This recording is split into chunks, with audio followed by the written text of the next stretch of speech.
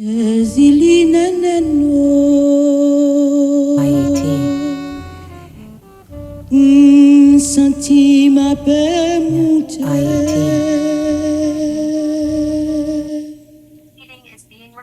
Sénégal Hayti. In 1492, Christopher Columbus landed in Ayiti.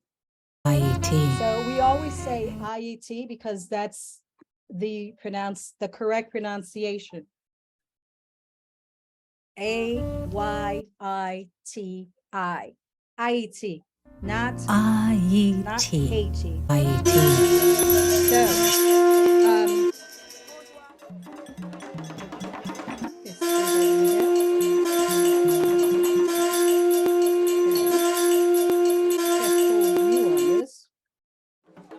I think if you press the play button at the top there, it might work. Say again? If you press the play button at the top. Okay, here. All right. Maybe. We can see it great as it is. Okay. Thank you. All right, very good. So let's just give you a little background really quickly. 1492, Christopher Columbus lands in Haiti. Haiti is the first place that what we call the Mahafa, the Holocaust for Africans, started. Now, in that space, we had what we call a caciques. There were five ruling lords. One of them, his name was Manbo, and he is the first Haitian, the first Haitian to fight back. This is the conch, the sound of the conch. This is what was heard when the revolution started in 1791. I hope you guys can hear that. Right with you. Thank you. All right. 1791, after 300 years of enslavement, that conch sounded.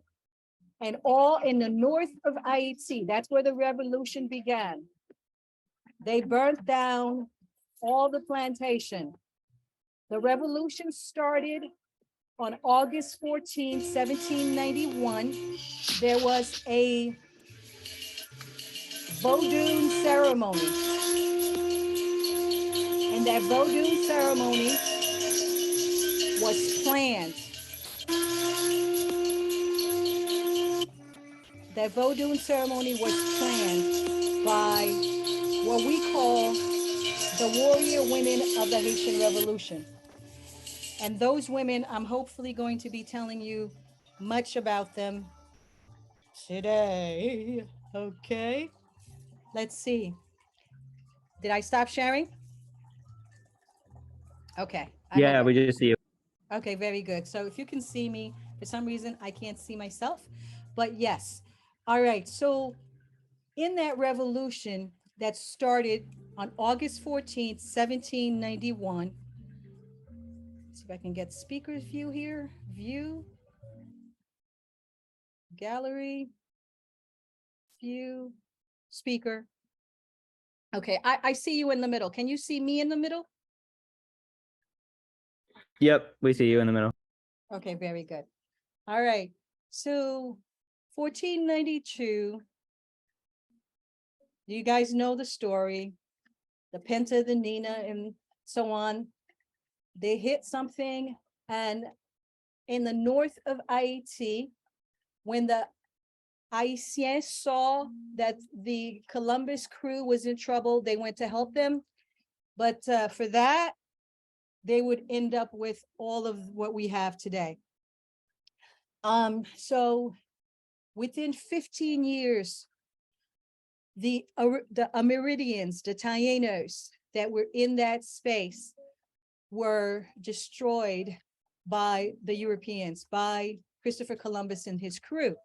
But what's really important about that era is that there was a fort that was put there. And since we are in the winter solstice season, it was called Fort Navidad because Christopher Columbus got there December 5th, 1492.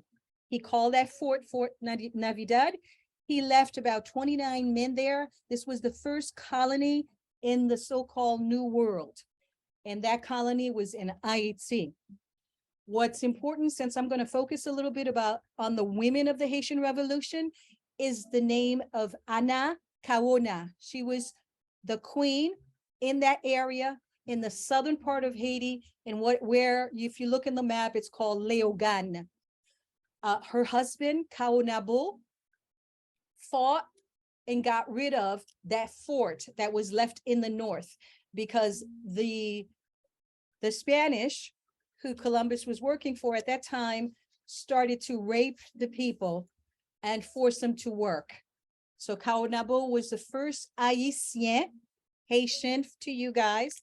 I'm going to do that interchangeably. So when I say Haïti, you know it means Hayti. We don't say hate. The oppressors, those who enslaved my people, my ancestors, they changed Haïti to Hayti. So that's the first lesson I'd like to make sure you understand, that words mean a lot. My name is Èzili Dantò. Èzili is the warrior goddess in African mythology. She is the archetype of the feminine and love principle and warrior mother. It was that principle that after 300 years of enslavement, that the Africans that came from all over West Africa, the Congo, all the way down to Angola, they were stolen and kidnapped and put on ships in the hull of ships and brought to Haiti. 300 years from 1503, that was the first boatload of African. And what you have to understand about 1492, because our story did not begin for slavery. Our story began long time before the European found out there were other people in the world and decided he had discovered the world. Africans from the west coast of Africa had been going to Haiti.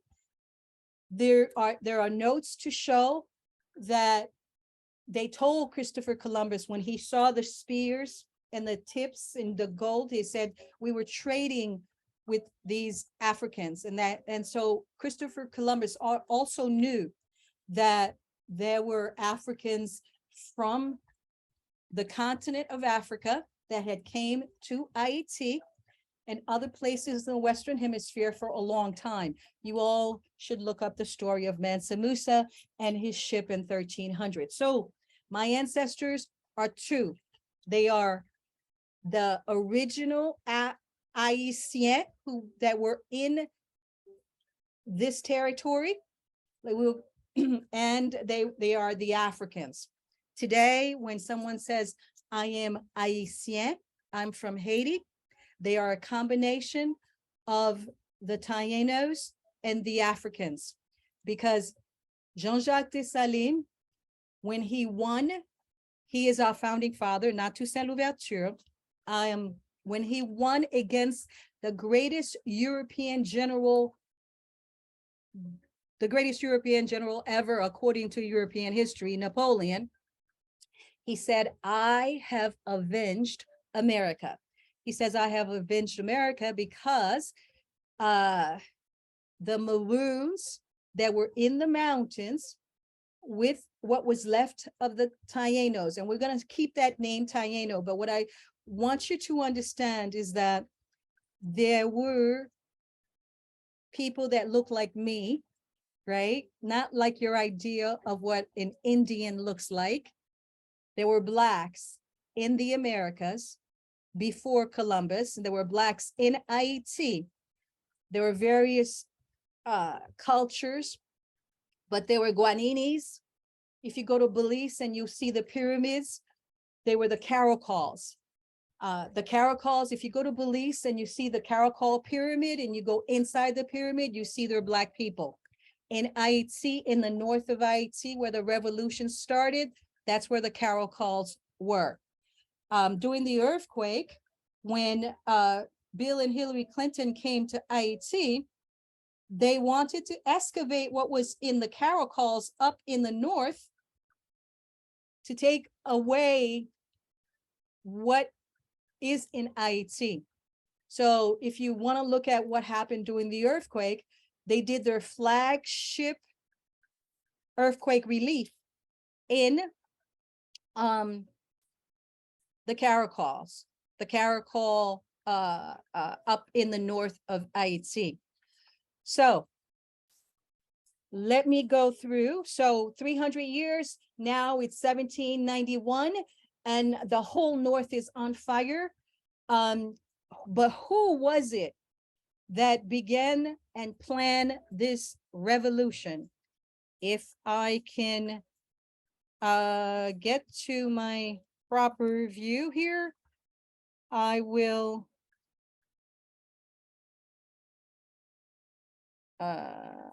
cancel. All right, go to the next slide. Go to the next slide, dear.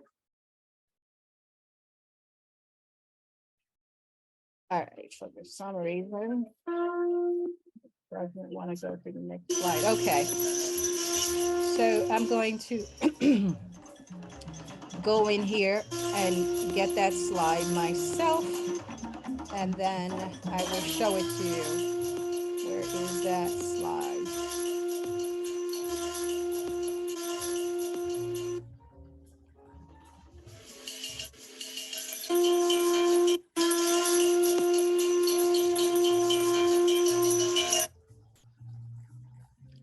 All right, so I have no idea why I can't do this, but I'm going to try it one more time.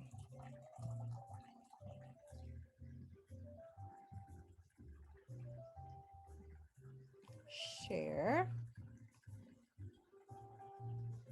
All right. So who were the people that began the Haitian Revolution? I know you guys have studied quickly, but let me begin by showing you some of these women.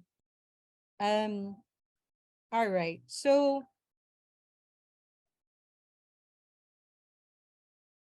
on the plantation, there were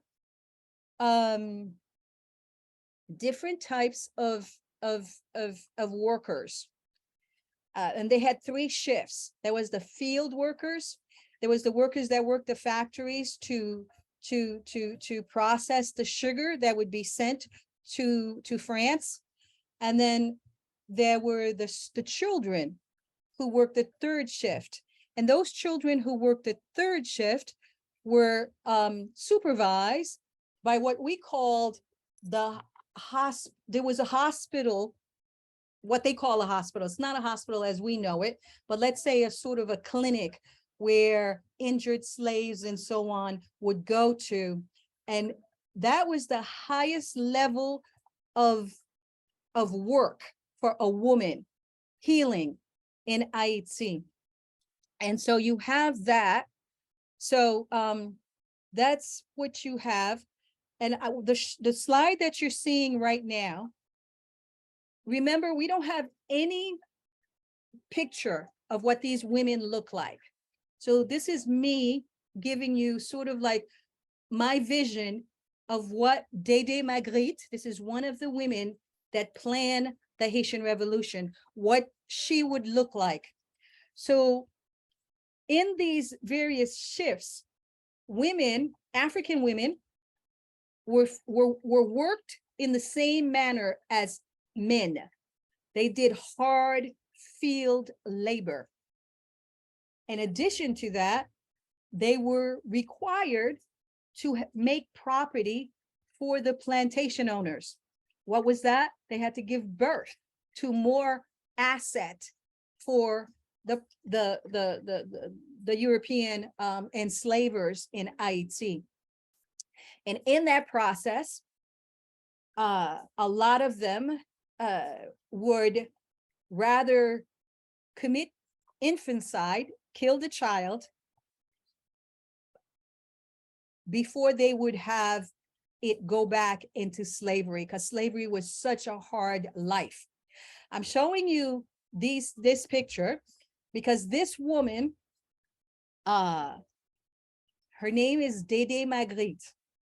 She was arguably the most famous healer before Hayti became Hayti, when it was a French colony called Saint-Domingue. That's what the Europeans called it, Saint-Domingue. When Christopher Columbus came, he was working for the Spanish, but in 1697, the French fought, like the European tribes were always fighting for territory in the New World, as if there was nobody there already that had nations. So the French in the Spanish fought, and the Spanish gave one part of Haiti to the French. That's why you have Saint-Domingue, French, Santo Domingo, Spanish. Today, it's Dominican Republic and Haiti. But when they came, these slavers and colonists, and they saw this beautiful space, they call it Hispaniola, Little Spain. In 1804, when Desalin won the war against the European tribes by beating 3 European powers, the greatest powers of that time, the French, the Spanish, and the English.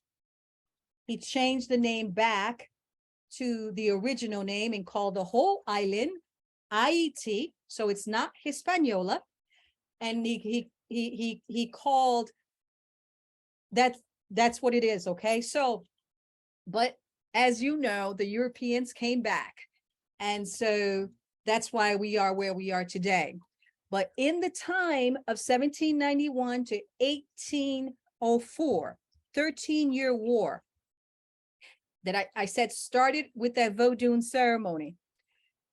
And so maybe I can move this, go, okay. I'm still sharing. I'm trying to go to the next slide here. And for some reason, maybe if I put, it would go.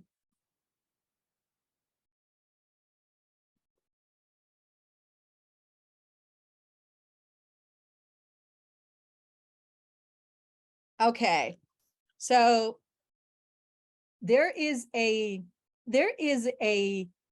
legend that during the War Council in August 14th, 1791, that the energy, because Haitian, the ancient peoples, they were scientific in the way they lived. They lived in harmony with nature.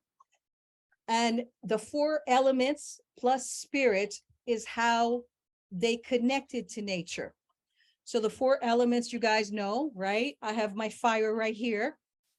I have water. I'm sure you hear some of it, right? Earth, air, and then spirit. Dede Magrit, right? When you saw her, she looked like a nun, okay? Because these were older Haitian women. I don't know if you guys have seen, let's say, Woman King, and you saw the role that was played by that warrior. Well, that's what Dede Magrit was, right? But she was fooling the colonists. At night, she would look like this. But to the Africans, they saw her as Èzili Dantò. When you study Vodun, they say to you that the Africans used the Virgin Mary as Èzili Dantò, the warrior mother, the protector, the original angel of the world, because they couldn't practice their Vodun, and because you had to be baptized Catholic once you were enslaved. But I want you guys to always remember that when there was church. The Dedes were there. They were older, they called them negresses, older African women who had no longer able to work as slaves, or who had special skills as healers, right? She had special skill as healer. But the people that started the Haitian Revolution were these women who were a lay order of the Catholic Church, Notre Dame in Hayti. And they were given the task of educating free young Black women who were free, mostly mulatto women. That's why you have a lot of mulatto women in the Haitian Revolution who had an African mother and a rapist father, or African mother and a white man. So when they gave the Dedes this job to educate their children, when the planters gave this job to these older women who were passive, who were pious, who were always praying, they never suspected that these women would be the ones, because they could travel everywhere, to begin the Haitian Revolution. I don't know why I went so far. Okay, but anyways, so during the Haitian Revolution, I'm just going to go with it. During the Haitian Revolution, women played very important roles. The woman you're seeing at top right there to the right is Suzanne Louverture. She was Toussaint Louverture's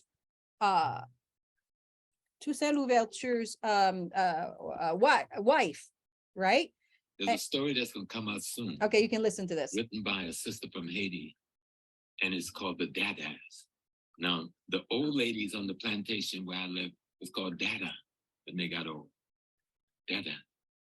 The Dadas were the Black women who had gotten too old in Haiti, because according to Èzili Dantò, they had gotten too old to work anymore. They'd gotten too old to be molested and have babies or sex anymore.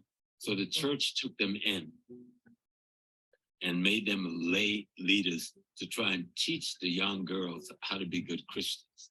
Well, these Dadas are the women who end up teaching all the Black women and Mambos who launched the Haitian Revolution. You understand?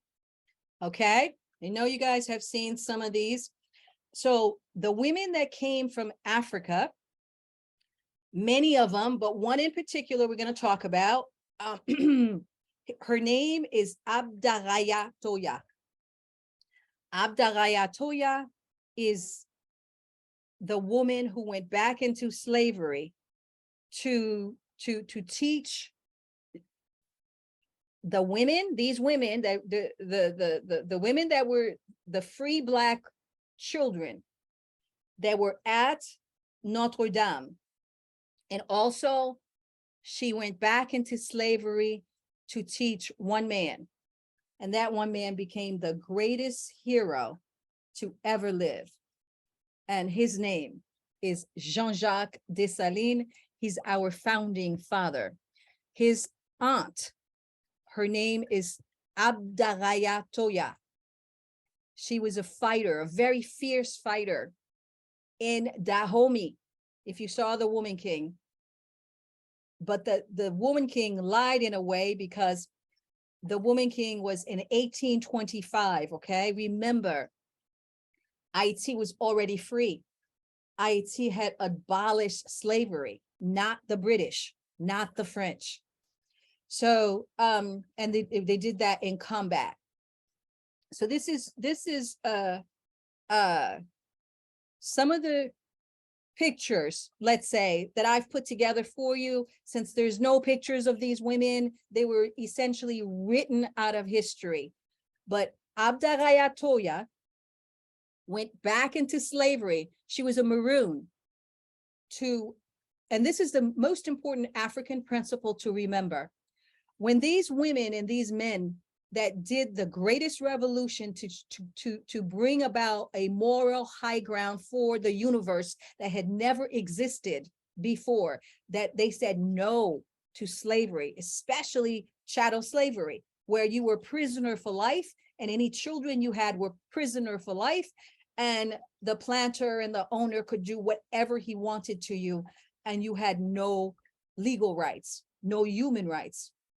They had the Code Noir, but it was a joke. Nobody followed it at all. The Europeans did whatever they wanted with my ancestors because they said that we were property.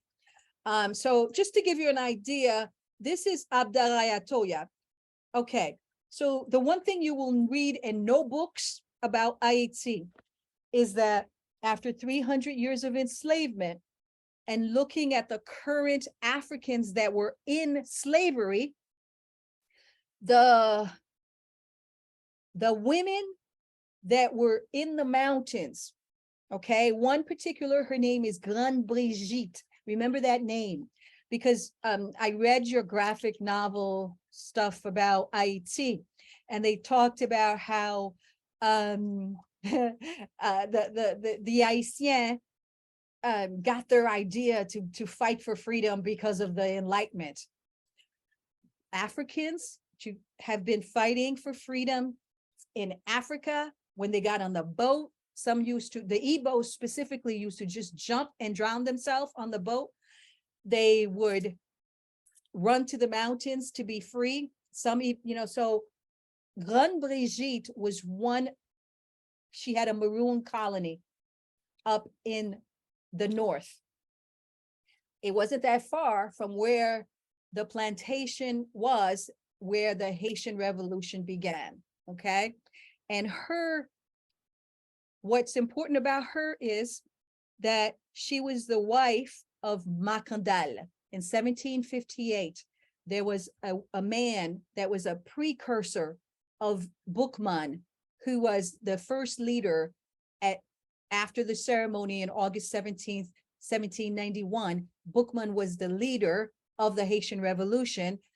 He would later be killed, and then Biassou would take over, another general, and Biassou would have in his camp a man named Toussaint Louverture. He started as a healer.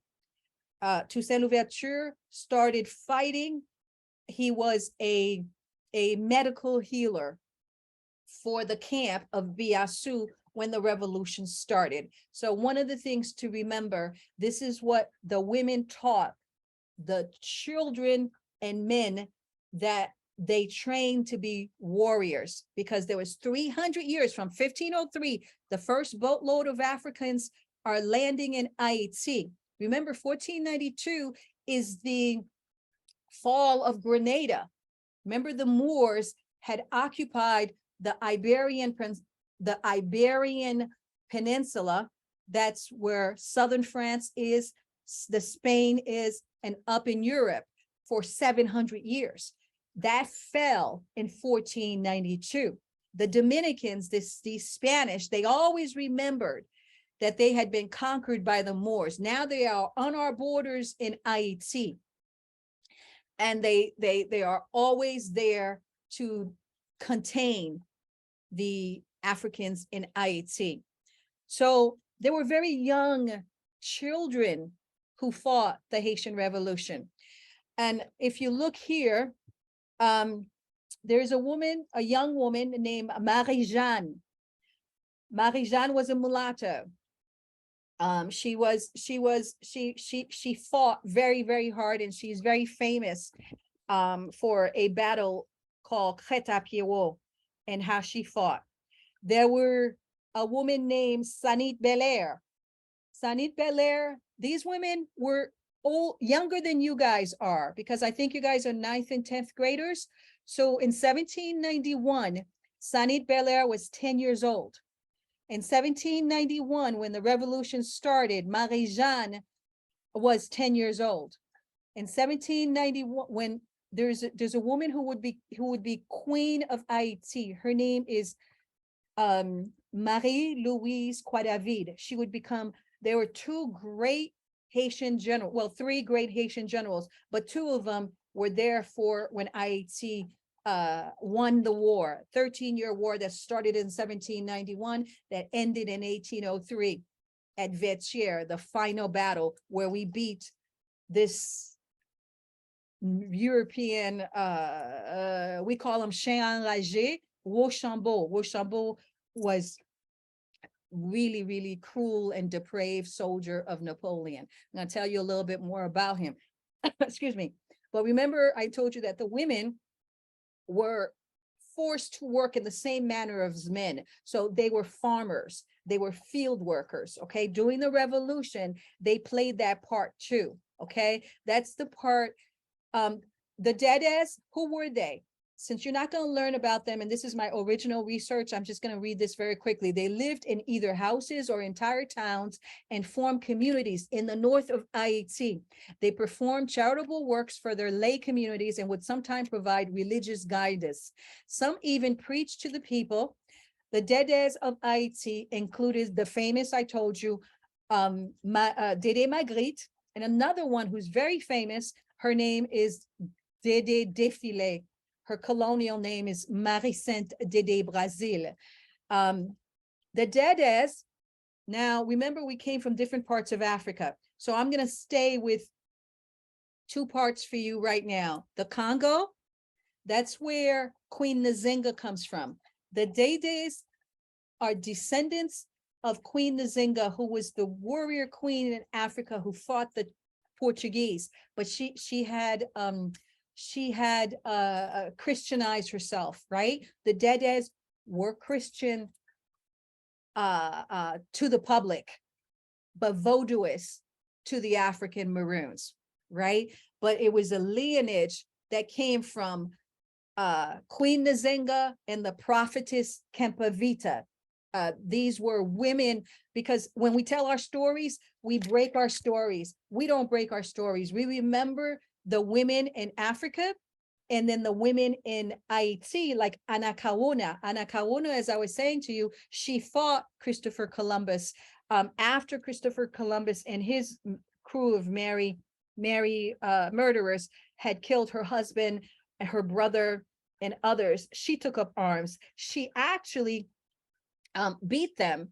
And then they did something that Haitians said they would never do, right? Because even in Africa, when Queen Njinga made a deal with the Portuguese, they always broke their treaties. So Africans who began the Haitian Revolution understood that, right? Bookman, who was the leader of the first leader that started the Haitian Revolution, he was an overseer, okay? So this is very important because it's not emphasized in the books, okay? So who started the Haitian Revolution? What were the roles?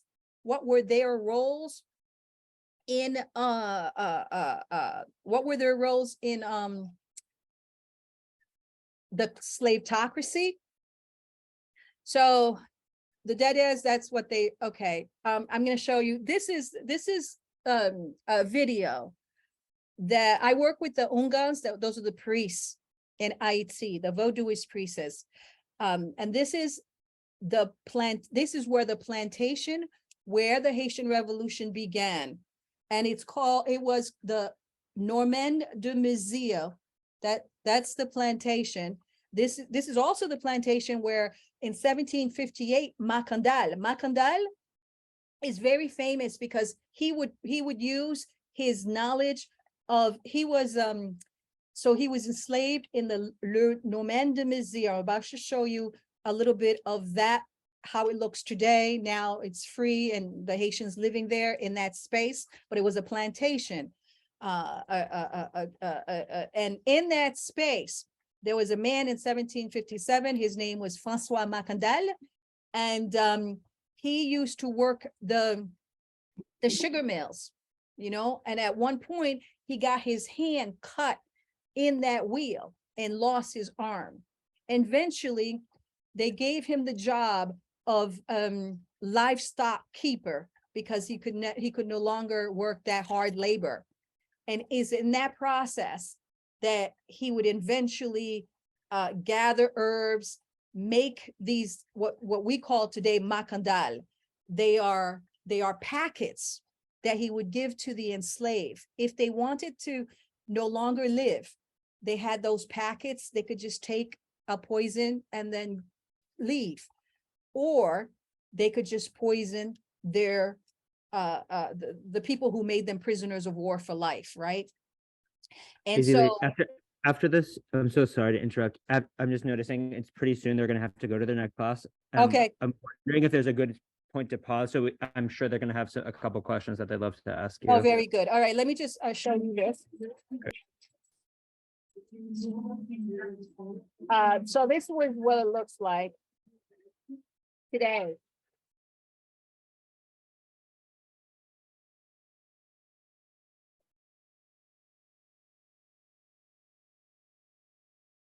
Okay, I'm gonna finish here.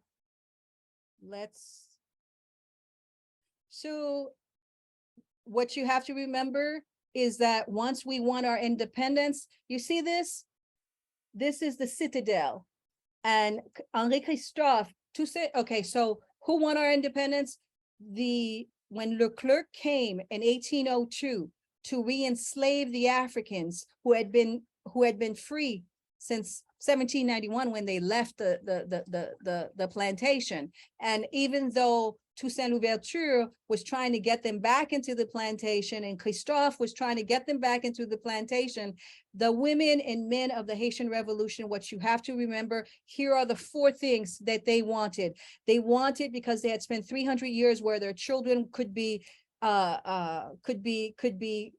just sold away.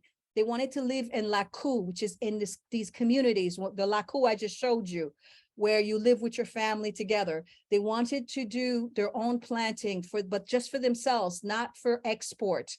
They wanted to live free, and work for the African was a collective thing. It was called kombit. This is one of the achievement of Henri Christophe after the Haitian Revolution. He built that, but I wanted to show that to you because it's the shape of a leopard. And that has very, very big significance to who and what we were. Here we go. I have the caciques and Anakawana. So we'll end right here.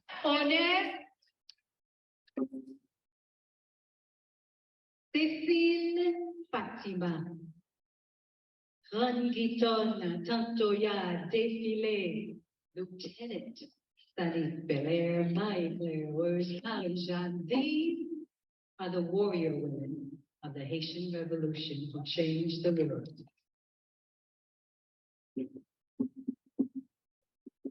They are at the center of my performing arts and justice work. When women and girls are introduced to the hidden stories of these real life Amazon Black women, we unlock their imagination, show them the unlimited potential of all women. Okay. Can you see Thank me you now? so much. We can see you. Èzili. I think there's some folks who have questions here. Let me just call them over here. Give me 1 second.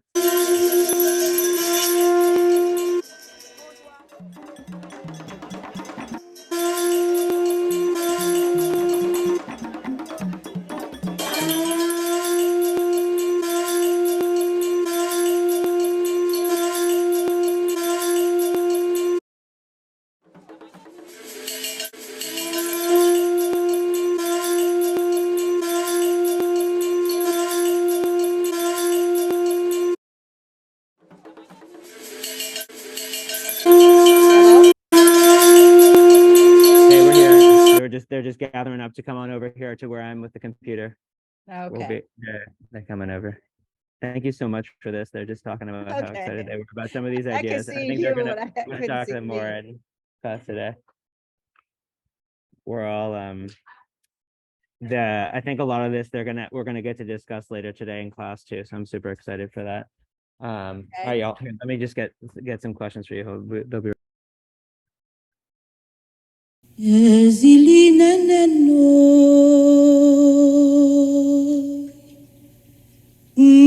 senti ma paix This is Ruchi. monter. What's the question for you?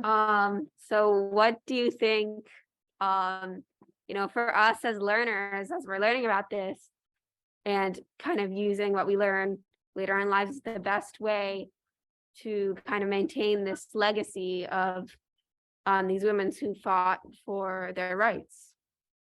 The legacy for,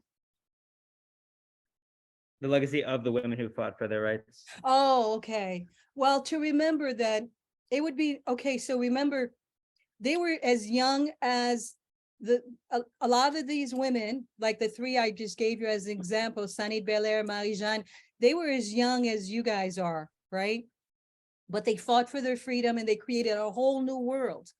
And I think that today, if these women were here, because they planned long-term, they knew they had to create the children who would fight the war. So that's what you should have to remember, that you have to create something so that you can have a different world.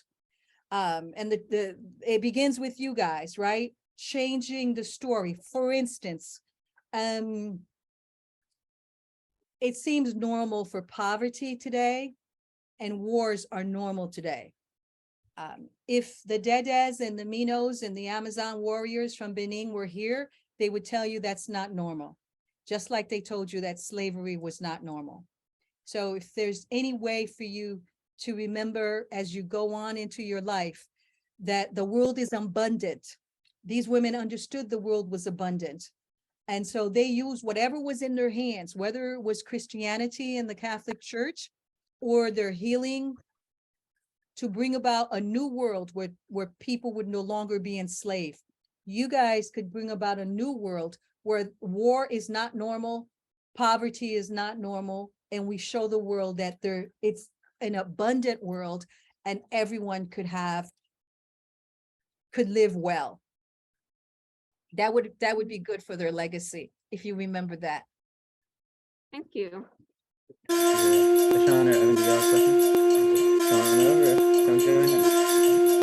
So I know that like Haitian Creole is a language that was like developed in Ayiti, and I was wondering like when Haitian Creole like came to be, I guess, like how was that really how was that language like created?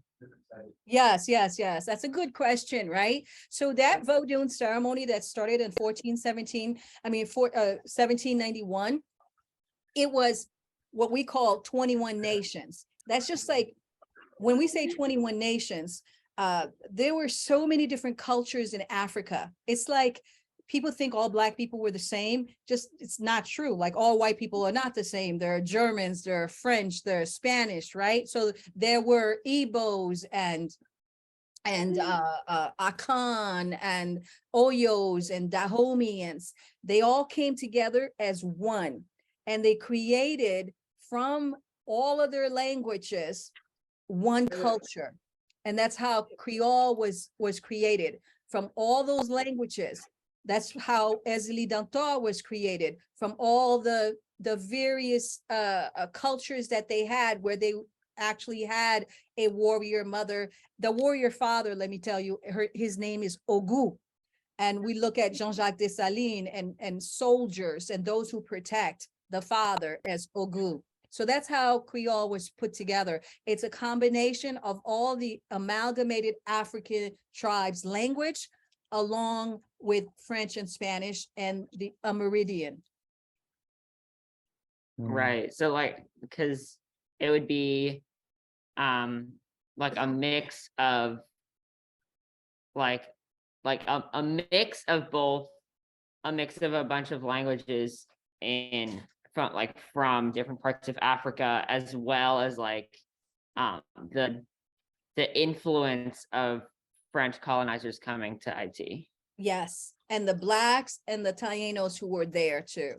There are words that are part of that. So yes, that's what you got it correct. Cool. Thank you. Thanks. You're welcome. For sharing. Hello, I'm Hassan, and So in humanities, we're doing a debate about whether or not the Haitian Revolution is tied into the Enlightenment. So I'm just wondering like what your perspectives on that and how the Haitian Revolution and all of its like everything around it could be connected to the Enlightenment. Sure. Do you remember what the Enlightenment ideas were?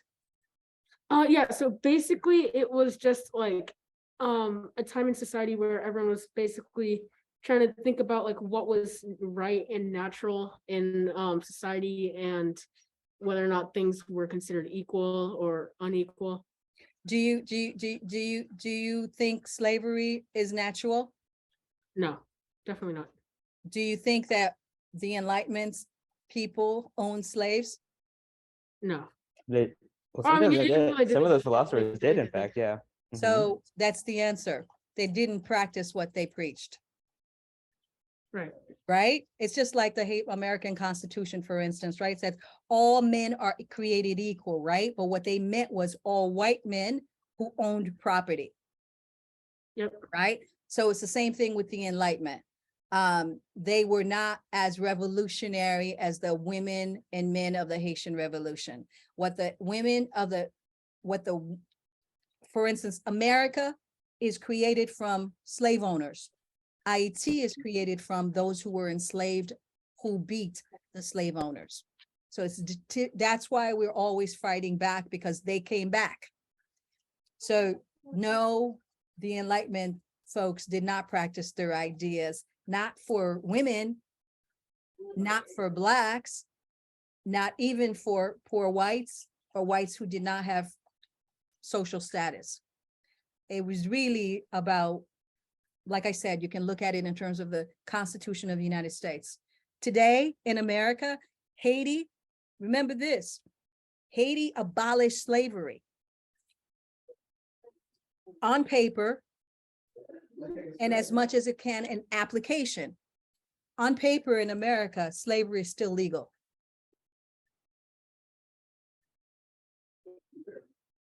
Now, I hope your generation will change that 13th Amendment. Because it says that slavery, the Africans were emancipated, except for if they went to prison. Then they literally could work for free and become slaves. That's in the US Constitution. Right. Yes. So you understand how we're still fighting today for a different world, and how young the fighters were. They were as young as you in Ayiti. Yes. Chandra, in our course next year, in the American history course, we're going to talk a lot about this kind of the continuation of abolitionist ideas from the like abolition of slavery in the US through like prison abolition today and things like that too. So all those ideas we're going to continue circling back to for sure. Okay. Thanks. Great question, Sean. You feel free to use that in your as evidence in your debate if you would like. Okay. Sean, you're welcome to ask anything else, and then I think folks probably have to go to their classes. We have to open up the lounge. Oh wait, are you in class right now? Yeah.